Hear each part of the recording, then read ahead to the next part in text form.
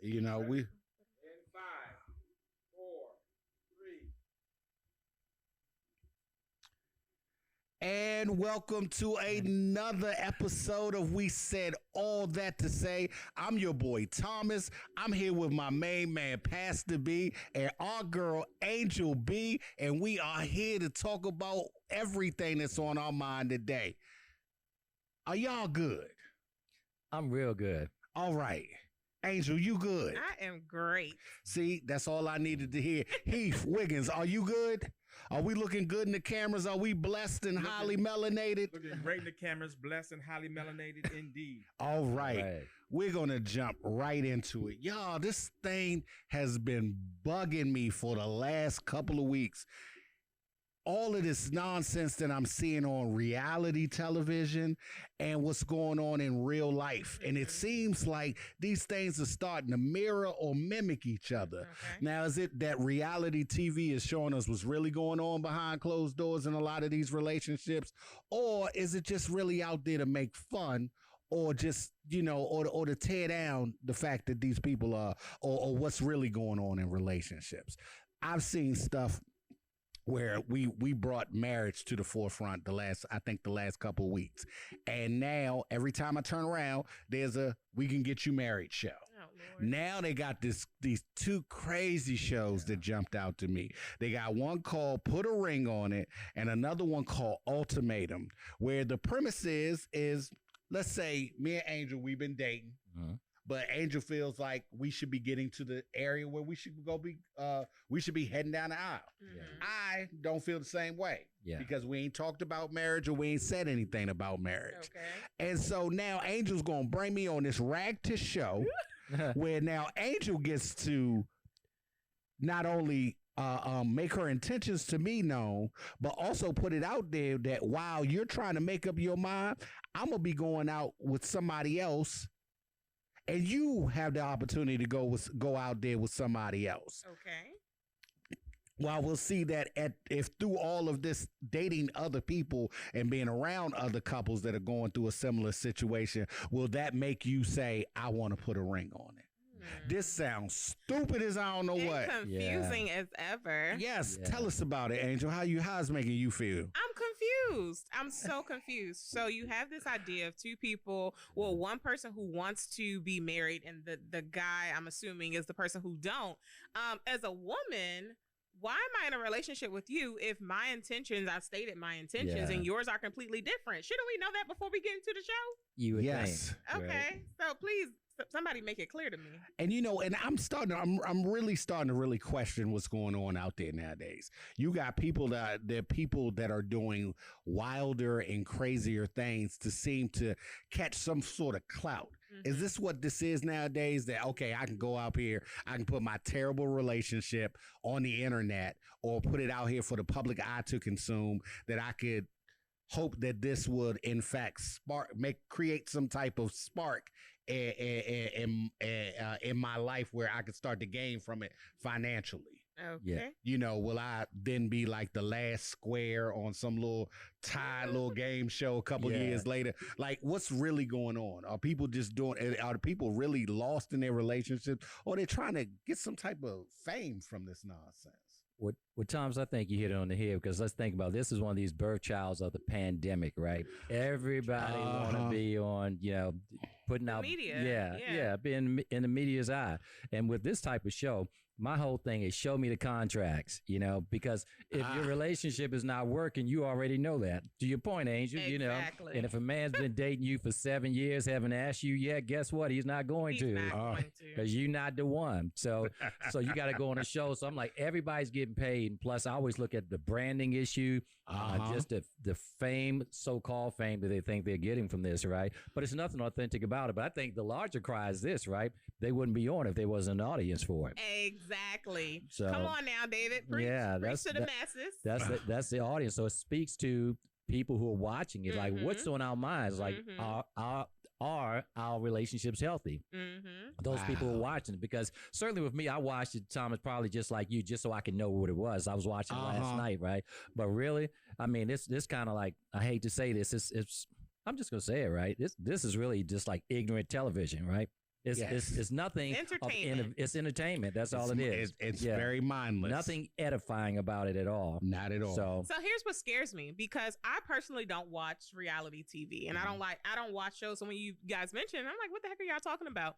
I really feel like music, television, everything feeds your soul. So what I choose to watch, like I watch like, you know, little sitcoms and stuff that I can laugh and stuff. But when it comes to real life relationships, I'm like, who's watching this and really feeding off of this stuff? Like, that's what really scares me. That's scary. That's what really scares me, because I'm like, these fools, that's who they are. They're fools. And then you have some who will try to imitate this foolishness, and we're encouraging it. Yeah.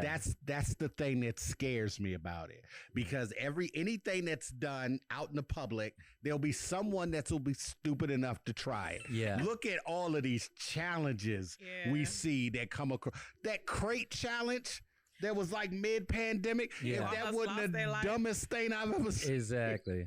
But it was entertainment. But it was entertaining. Yeah. And the thing is that the real thing is that we as the viewing public have to change what we're doing. I know that some people like this stuff because we don't have to think. Yeah. And it does give us something to talk about, and it can be some interesting things that come from it. I know that when me and my wife consume some of this nonsense, it's good to look at how we're not being sometimes. And it's like, you know what? We need to make sure that we never do this. Singles. Yeah. You know, like, oh, yes, wow. Isn't this great that we got married because we don't have to do dumb stuff like this? So me and my wife, we were watching this show called Marry Me Now, and I think we covered it. After we covered it on the podcast, I went in and watched it. And so me and my wife do a review on it because we want to sort of address the relationship dynamics and relationship issues that go on in the show, so that other people who are in a similar relationship could understand what to think about and what to learn from it. For sure. Okay. And so something that you said, David, about these people coming on TV and they're doing it for the money. Like, I don't know if they're doing it for the money or if they're doing it for the clout or whatever the reason, but the relationship dynamics that exist for them to even come on the show are questionable. And so I'm like, they need to go get some counseling or some therapy or some coaching about their relationship in general. So the last episode of Marry Me Now, this woman who had never discussed marriage with her boyfriend, and her boyfriend who had never thought about being married to her, and they've been dating and living together for several years. 7 years. Sheesh. She decided the time to have this conversation about me wanting to get married is when I'm proposing to you in a dress and we go get married in an hour. Yes. And so the judgment behind this person actually wanting to do that is crazy. Yeah. And I don't understand. And I'm wondering, are other people out here thinking like, oh, this is a good idea? Because most of the people that she told that she was going to propose to her boyfriend, they were like, oh, that's so wonderful. That's so special. I'm like, really? Do people really think that? Yeah. And then the what's the Love is Blind? Is that what you talked about, Thomas? That's the one where they go in the pods. Yeah. And what was the one that you mentioned? Oh no, that is Put a Ring on It. Put a Ring on It. Yeah. I can't stand that show. My wife loves that show. It's so crazy. The notion of, in order for us to work on our relationship, you and figure out if we want to be with one another, the way for us to figure that out is to date somebody else and see if I want to date that person instead of you. That has nothing to do with the issues that we have in our relationship that you're going to take into the next. If we have issues in our relationship, if I have some issues in me that I got to work through from my past, if you have some issues in you that you got to work through from your past, we should be focusing on that. For sure. Not, oh, let me go date this other woman and see if I really want to lock it in with you or want to go ahead and see what else is out there. That's the stupidest thing. And they have people, they have counselors on there, a PhD doctor on there, giving them advice about, oh, well, yeah, you know, this woman that you slept with, you know, you cheated on your girlfriend. Well, you put me on a date with her. Exactly. What was you doing that for? It's kind of like, be like candy, here's some more, have at it. Because all in all, it makes for highly rated television shows or highly viewed television shows. But to Heath's point, he asked a great question. Yes, there are really people who think that way. Yes. There are real people who Wow. are in relationships like this. So Yeah. my hope is while you're sitting down and you're watching the show, you're learning what not to do, or you see how foolish it looks in reality, in actuality, and you're like, okay, maybe I should change something from this. So that's my hope. For those who are actually watching it, don't imitate it. Learn something from it and learn what not to do in your relationships, and don't take that foolishness into the next.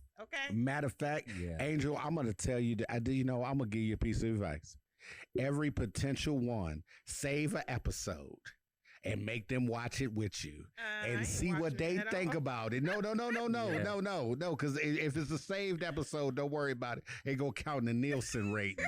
What you want to do is make them watch that episode, and then you see how they feel about it. And if they say, "Oh yeah, you know what, I go on a show like this," then you already know that ain't the one. That ain't the one. This could be part of your weeding out process. Okay, sit down and watch a show. I will be asleep. But look, I said all of that to say that we as a people got to do better. Definitely. We got to do better in what people want to tell us and show us that is must-see TV. We need to demand better if we want better. So some of this stuff, I think it would help if we stop watching it. And we got to do better in our own little personal lives, because these days are crazy. Please remember to like, share, and subscribe. Like, share, and subscribe. This is Elevation Global Media Group. We can be found on YouTube, Facebook, and Instagram. Like, share, and subscribe. Talk to us, because we will talk back to you. Yes. All right? And with that said, we said everything that's on our mind today, and we are out. Peace.